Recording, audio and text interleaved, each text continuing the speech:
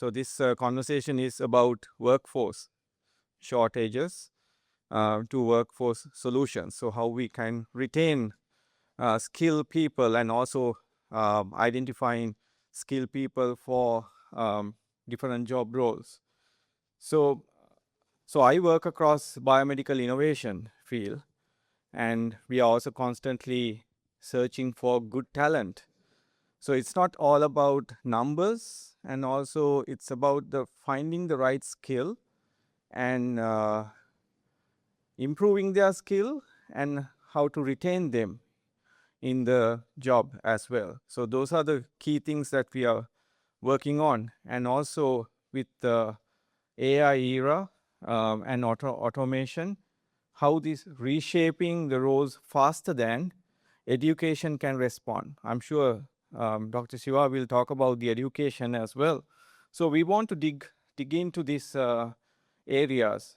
So what actually broken in how we develop talent, how are leaders operationally adapting to these realities, and what can actually be done today, not in theory. So those are the key questions that we are looking into. So so straight away we'll dive in with the first question. What is the actual workforce shortage right now? Is it a numbers problem, a skill problem, or quality problem, or something else? So we'll ask Anuj first to give his perspective on that. Okay. Thank you, Dr. Angelo. Very pertinent question these times. So I would say I come from India, and I am working with a company called India Mortgage Guarantee Corporation. Now, numbers won't be a problem in India because 70% of our working population is less than 60 years old. So there's a huge workforce. Okay. So what we face as a problem is a digital execution issue, while which essentially turns out into skills plus quality. We have numbers, but skills and quality is something which takes a back seat, and we are continuously working on that. I'll give you an example. If we float a credit underwriter position, we get 200 resumes in a day. That is not at all a problem, right? Numbers are not a problem. The effective issue is when we try to hire few out of them. For example, last quarter we were trying to hire 12 junior underwriters, and eventually we can figure out only 2 of those 200 because we needed people who can read bank statements, who can read the income tax returns. We needed people who can have an eye for detail in terms of identifying the red flags, but we couldn't do anything. We can only figure out 2 people. So I think the shortage is with automation coming in, with a lot of talks about AI everywhere. It is all about how to digitally execute it, and it is very, very essential for the people and for the employers that focus on that skill development rather than concentrating only on numbers. Thank you, Anuj. So let's move on to education sector.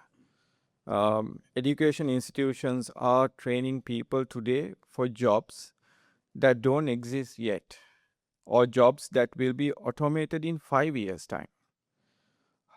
Sure. So how do you prepare students for that uncertainty? What does curriculum actually need to change, or is it really changing? Yeah, thank you for that question. In fact, it's a very important question now because what the education system is doing now is educating our young for today's work environment, which is, I think, not very good because the future is at stake for them. When they want to find a job, it's not easy to get a job. Yeah, because they're not trained for that. They're only learning something. They're only getting things into their head, knowledge. Not much on practical aspects unless you go to the university, the polytechnic and all that, where they have some practice and then they can do something about it. But the AI is something that's stumbling many of them, okay, even in schools now. So I believe the biggest mistake we can make is to educate our students only for today's jobs. By the time they graduate, many of their jobs that they were thinking of getting into would have changed, and some may no longer exist. So my take on this is that the curriculum must shift from teaching only content to developing capabilities. Right? If you're not capable, what's the use of even getting into any job, right? So that's important. Now, one practical change we can implement basically is in the way we communicate. And I think that the word communication came out very strongly today, earlier part.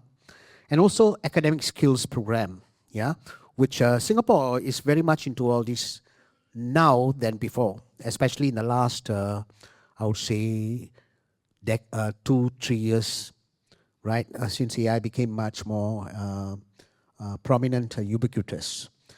So we've redesigned courses, right, all over, whether it's a polytechnic, universities, whether anywhere else of higher learning, to real-world problem solutions using AI alongside human judgment. Okay, even the stuff that I'm speaking to you right now, some of it is from AI. No choice. We are living in that age now where we have to use AI in some way to help us to be more efficient, to be more faster in getting solutions to problems.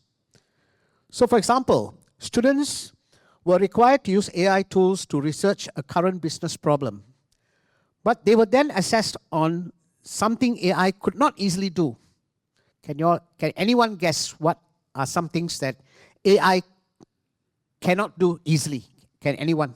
Just show of hands. Yes. AI cannot reason. Okay, excellent. Anybody else? Yes, sir. Yes, ma'am. Yeah, no emotions. Okay, good. Yep, cannot identify the people's problems, cannot identify the person also. Okay, right, I'm just joking about that.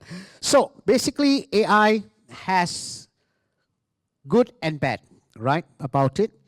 So evaluating the quality of information, identifying bias, that's another thing, not easy to find out.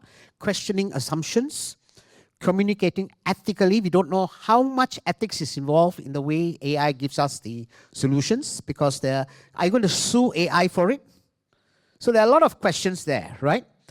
And presenting solutions that reflected empathy, not much empathy from AI, will just give you straightforward whatever it comes out with. Cultural awareness may be missing, and of course critical thinking, yeah, may be affected. So in other words, AI became a learning partner, not a replacement for thinking. That's where we have to, as academics, get to the root of the issue.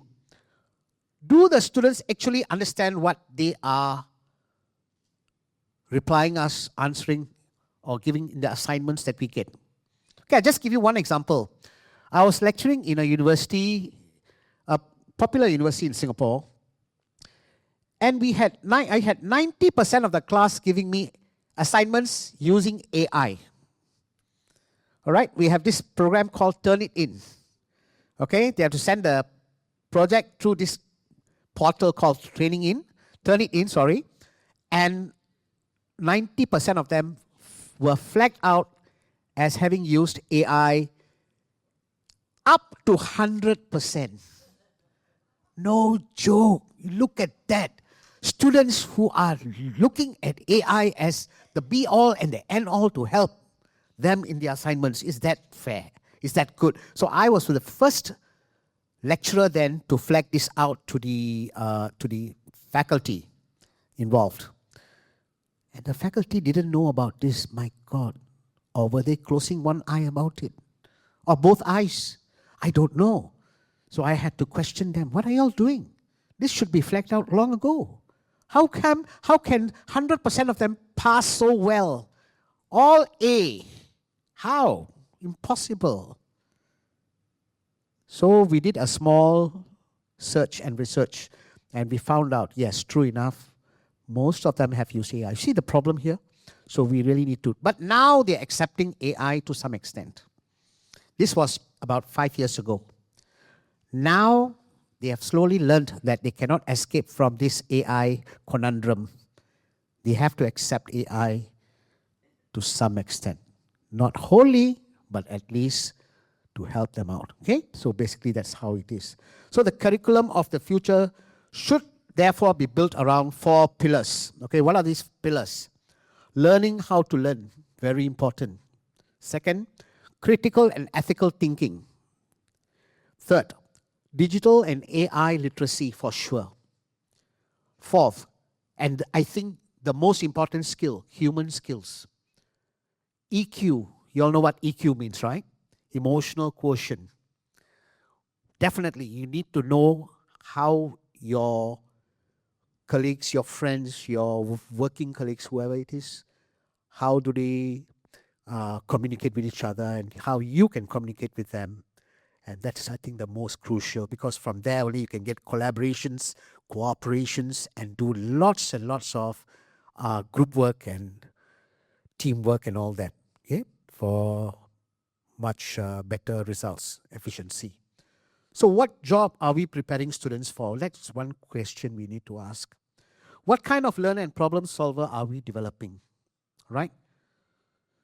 So if we graduate students who are curious, adaptable, ethical, committed to lifelong learning, as I am still, I'm taking my postdoctoral now, they will be ready not just for the jobs we know today, but for those who cannot yet imagine. That's my take on that. Thank you. Thank you, Dr. Siva. I think you basically answered my follow-up question as well. How do you kind of teach the uncertainty of if you don't know what's coming? So there, he brought up 4 pillars that we probably can introduce into curriculum. So Anuj, you have modernized IMGC, automated underwriting, servicing, processors. When you automated these roles, what actually happened to the people? Did you retain them, let them go, redeploying them? And how did that affect the team? Well, I'll be very honest. When we were thinking of automating these operations, we were not clear whether we will be keeping these people or we will be asking them to go, because it was the first experiment from our side also. But as we embarked on this journey, we moved from a 70% manual process to a 30% manual process now. What we have done is, I think the problem is reverse for us. We upskill people instead of people moving out. We upskill them. Few of them moved to only exception handling. The senior folks moved to the quality assurance. The junior folks moved to talking to the customer and giving them that service, while the entire process or the boring part of the process gets automated. So I think now we face a problem where the middle level is something difficult to find. The middle level means people who have experience of underwriting. I'm talking only from the specifics of IMGC or the retail lending landscape. People who know underwriting as well as people know how to use these tools. It's very easy for a person like me or for anyone who doesn't know lending. You put it on any AI tool and start knowing about it, and people start claiming it that they know everything, but it's very difficult to actually execute it when it comes to execution. So I'll just share an example. When I landed in Hong Kong 2 days back, I was shocked to know that ChatGPT and Claude are not working here. So it's kind of, I felt a handicap. This was the situation. So, but I got saved by Meta and Gemini. So that's how it has integrated in our lives now. And for day-to-day tasks also we are using. So if as far as comes to the organization's processes, I'm very proud to say that we haven't let anyone go. In fact, people have started enjoying it. People have started giving inputs in the overall process that how can we do more exception handling. We have gone from the days of handling around 20 applications per person to 2,000 applications per person with the help of AI. So the scalability is immense. The quality is immense. The quality is immense. But at the same time, it is very, very important that you need to keep on telling your teams that this is not anything related to loss of job, but this is something to upgrade yourself. Thank you, Anuj. So next question, I want to kind of move little towards to government policies.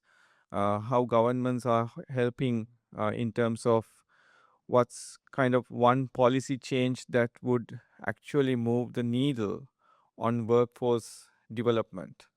So I think let's ask Dr. Shiva first.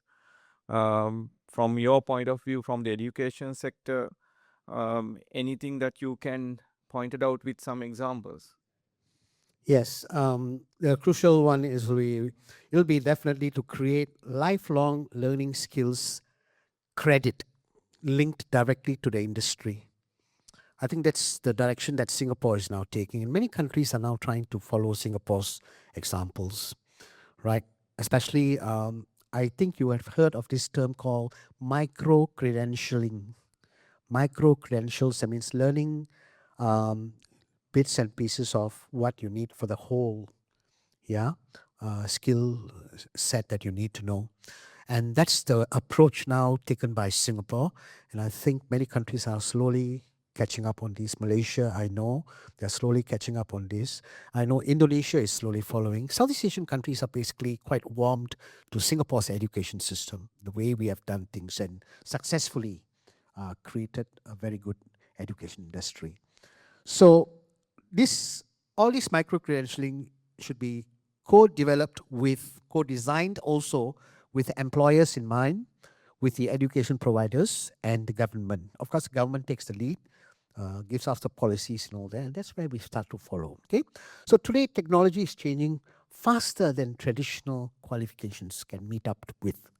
So a degree earned 5 years ago is valuable, definitely, but it's no longer sufficient for a 40-year career. Tell me, whatever you learned 10 years ago, is it relevant now? There you are. In fact, one member of parliament got into, he was my old colleague in teachers training, he got into big hot soup because he mentioned something about anyone that has got a degree 5 years or longer ago, your degree is not recognized anymore. My God, you just think what happened after that. He got nice firing, he got nicely flagged out by citizens who voted him. And he said, what are you trying to do? You mean we don't have our degrees now? You mean to say our degrees we earned so hard 5-10 years ago is not of any use now? Ridiculous. And they wanted to fire him left, right, center. But sanity prevailed at the end of the day. He said, no, I didn't say that. I said, your 5-year-old degree is of not much value now. We have to keep learning. We cannot stick to the 5-year, 10-year ago degree. Doesn't count. Right? So we really have to do this movement upwards and outwards. Right? Therefore, we need people to be reskilled continuously. Not only because they will lose their job soon, but because we need them to be current. We need them to improve themselves on what they already know. Better, faster, adaptable to the age that we are in right now. Right? No two ways about it. Singapore already has a strong foundation, right? Through Skills Futures. We have this thing called Skills Futures where we get our workers and all, with not much qualifications to upgrade themselves, upskill themselves. And they have done very well in this.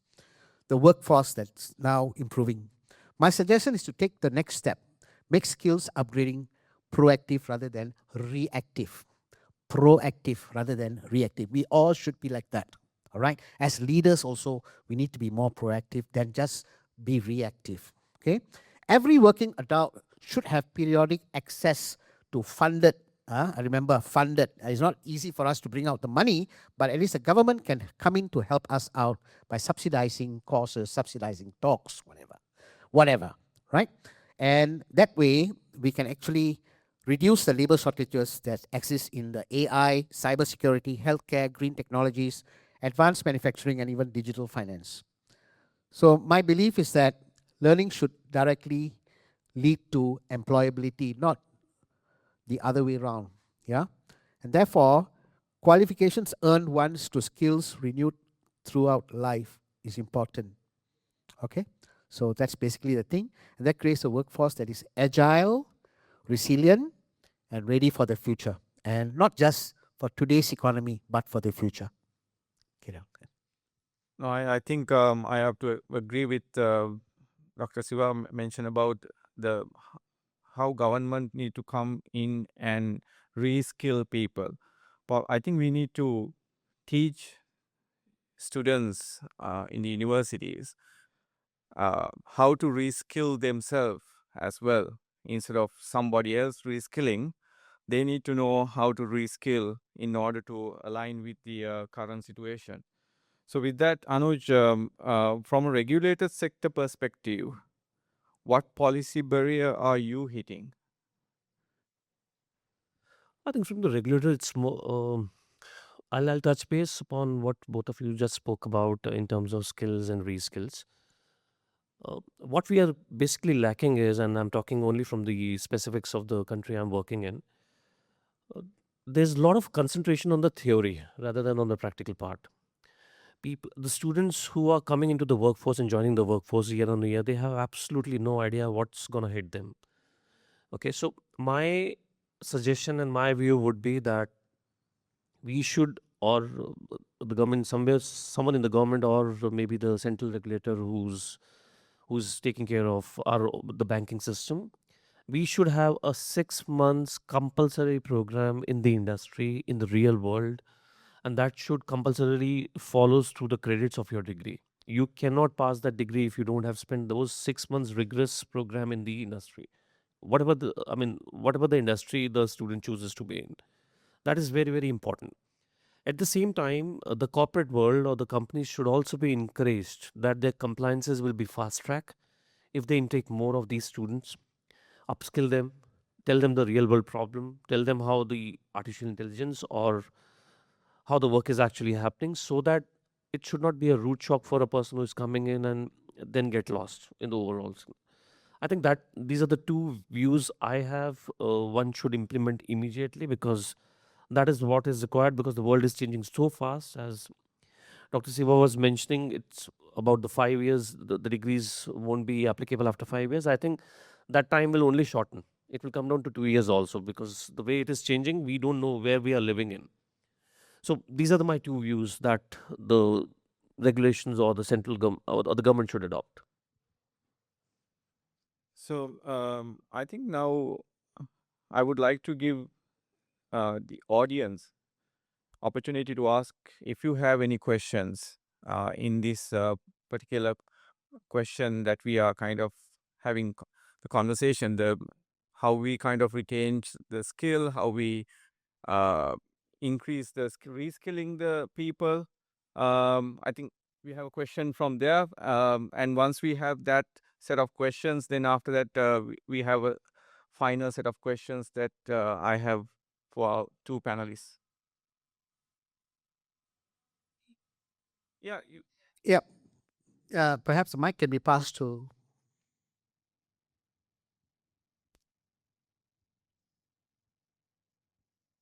First of all, thank you. That's very interesting. And also the thought about skills and reskills. I think skilling, I think this is something that we always talk about. But what I believe in is if we would start much earlier, we would get there differently, because then we would have children who know who they are.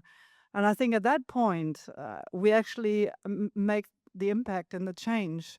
Yeah, right. We are talking about people who did a degree 5 years ago and it's outdated today. But if we look at teachers, right, they become teachers and they are in their jobs for decades. Okay. We don't update these people as much. And I think there it starts, but that's our future, right? And we talk about university students, but it actually starts in kindergarten. That's what I believe. Yeah, I agree with you on that. But I know Germany is doing it also now. It already started already. I have a German friend who told me that they're starting very young. Why go so far? Why? Hong Kong, we are in Hong Kong. China is doing it. Look at the kids when they do PE, physical education, right? They start as young as 3, 4 years old. Where are we? Far, far away. China is going way ahead. We should follow them, yeah, and get our children to be upskilled and reskilled and whatever not as they go along. Yeah, that is possible. Yes, Yeah. thank you. Yeah, thanks that you see. Sure, you're most welcome. Just one more thought Yep. is to that. Sure. Also, I believe with AI or in regards to AI, I guess that's something. If someone knows their talents, is self-efficient about the way they live, Yeah. when it starts that way, they will choose the right job. And they will get the skill set also in AI that is needed for them, rather than they have to learn any skills in any company that the company thinks is good for them. And I think that's also something that we forget, right? People will, Absolutely right. that's, skills. Right on target. Future Yes. skills. Yeah, right. Absolutely. And that's where we need to create passion in the children, right? And how can you create passion? One way is by games, through games, gamification, right? Which is one of my fortes. I like to play games with my students, make them happy, have fun in what they're doing, right? We start from the basics. And then you find that once they get involved in games and they become more interested, they want to learn more, do more, and then become better in their own learning. Yes, sir. Oh, yes, ma'am. I thank you guys for sharing ma'am. your insights. Yep. Decision making, teaching how to make sound, informative decisions. I'd love to hear your thoughts on what kind of framework do each of you use in making your decisions. For me, I call it the SID approach to leadership. SID. Strategic focus, Yep. intentional commitment and return on investment, and decisive and disciplined decision. Do I have enough information to make an informed decision? What kind of frameworks do each of you use as you make decisions about education, etc.?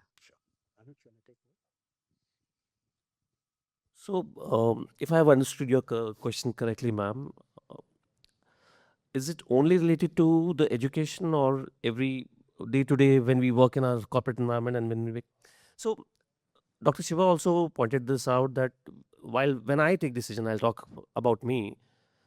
In this world, we are talking only about technology. We started talking about only technologies and numbers. Somewhere we are losing EQ and which is a part of empathy. So personally, I use a lot of EQ or try to use a lot of EQ and empathy because it's very easy for a person to get lost in this world. And I think humans are losing that track these days, and it is very, very important. Whatever automation, whatever AI, whatever it comes, a human to human interaction will always remain. So I'll keep always that in mind while taking my informed decision that what will be the impact on my team or the people in my team in case if I relate it to only the automation journey I want to implement, and will it lead to a loss for someone or not, because that is also important, because as humans we should not be forgetting that, because automation machinery can come in, but I think leaders will always be required to manage people. So I normally see it from that lens. As for the education industry, especially in primary schools, secondary schools, and even up to post-secondary and even up to university levels and all, we use the collaborative techniques. Collaboration, cooperation, very important in classroom environment. Yeah, get the students to come together. And we can do what we call a multidisciplinary approach and multi-level approach, right? Where we get different levels of students at different levels of their education, the different learning stance that they have, to cut together and then to brainstorm ideas. That is one way that they can actually improve on their whatever knowledge that they have individually, right? To put it together to get to solutions. Right. And there's a lot more that we can do in that direction on top of having assessments, right? Whether it is, formative or summative assessments that do help also. And we have another thing called pre-testing and post-testing, another way to actually find out whether they have actually improved themselves over time, right? And therefore, we can see that there's much that we can do, okay, in the thought processes to me. I mean, this is a practical approach that I'm trying to put here, right? That everybody, there's nobody who is, what we call STUPID. I don't like to use that word, yeah? We are all intelligent people. Everybody has something that we want to share. Everybody is able to do it. They are not able, we enable them. That's my approach. Welcome, man. I think for me to add in from the technology and the scientific engineering world, in terms of decision making, one thing we use is calculative decisions. So you take the risks and you calculate the risks.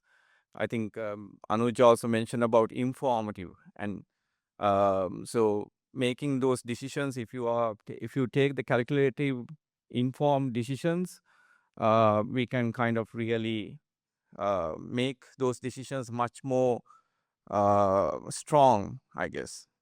So one more question from the audience. Yes, sir. With most accreditation bodies, they require you to keep up CPD points or progressive education. And it's basically they're seeing how I see your degree is like a pre-qualification to you actually moving through a part to be able to achieve the tasks that you're meant to be doing in your position at work. So your experience from then on with that as the base is what gets you somewhere. By not doing anything past your degree, you are standing still. If you stand still, the rest of the world bypasses you and you effectively are going backwards. So one thing I always promote to anyone I'm talking to is you have to always keep learning and keep growing. If you don't, you go backwards. And with education, I'm 60. I'm doing a doctorate at the moment. I've done who knows how many courses, certificates over the years now, but I've never stopped because I've wanted to find out what other people think and other ways of doing things. Everything changes, so you need to change with it. Yeah, there is something called learning to unlearn and relearn. You are doing that very well. Thank you. So okay, there's one more question. We'll give him as well.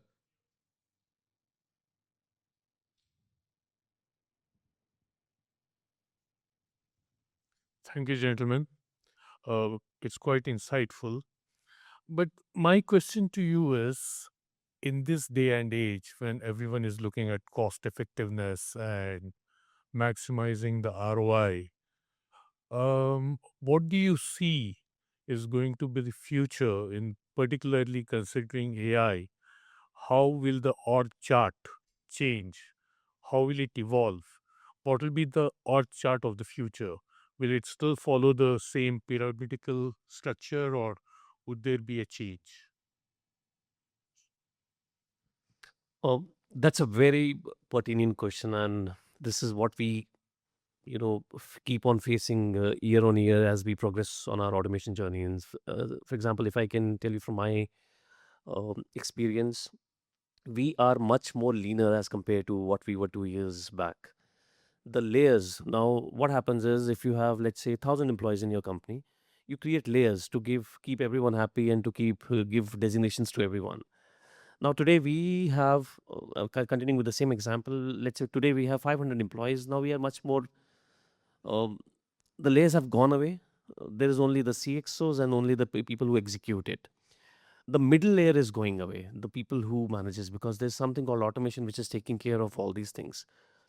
But I see it from both the lenses that it's a very dangerous trend because we have to keep on thinking about the new avenues to let people work and to give people work, because boring part has already been taken care of. Now AI is getting into the intelligent part as well.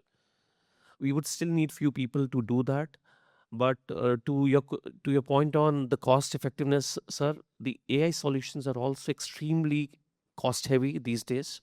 I think there's still time for them to become cost effective. The cost benefit analysis at times takes 5 to 6 years, which is a huge time period, and people normally tend to evaluate that whether we need a workforce or a AI solution, because we can still work for 2 years and then eventually implement AI because the cost effectiveness will go down. So it's because it's kind of a confusion out there. And as a leader, I have been doing automation for now 4 years, but I'm still not clear what I will be doing next. So so both the points are there. People would be there, the confusions would be there, the layering would go away, org charts will completely change away. I don't know. I mean, next 2 years, my company would be needing a chief operations officer or not, because if everything gets automated, what will I manage? So that's the harsh reality we all have to face somewhere in our point, and that's why the upskilling part we were talking about. You have to keep on upskilling yourself, and at the same time, cost effectiveness has still a large role to play. For financial services where I am operating, the solutions are extremely costly and expensive, and we evaluate. Let's wait for 2 more years and let the costs come down, or some new competitor comes in. We will evaluate that solution at that point of time. So I would not say that the cost goes both the ways. It's people cost versus the solution cost. So we are still evaluating. We are still at that stage that we are not yet clear that it will actually give us that benefit. I hope I answered your question. Thank you, Anuj. Interest of time, the further questions we'll keep it to the coffee break.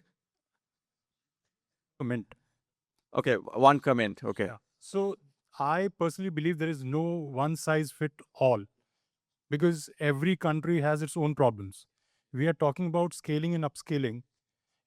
Anuj would agree with me. We are from India, and in India, if it's just skilling and upskilling, I think there are poachers which are just waiting for you to upskill your workforce, and they will poach these people.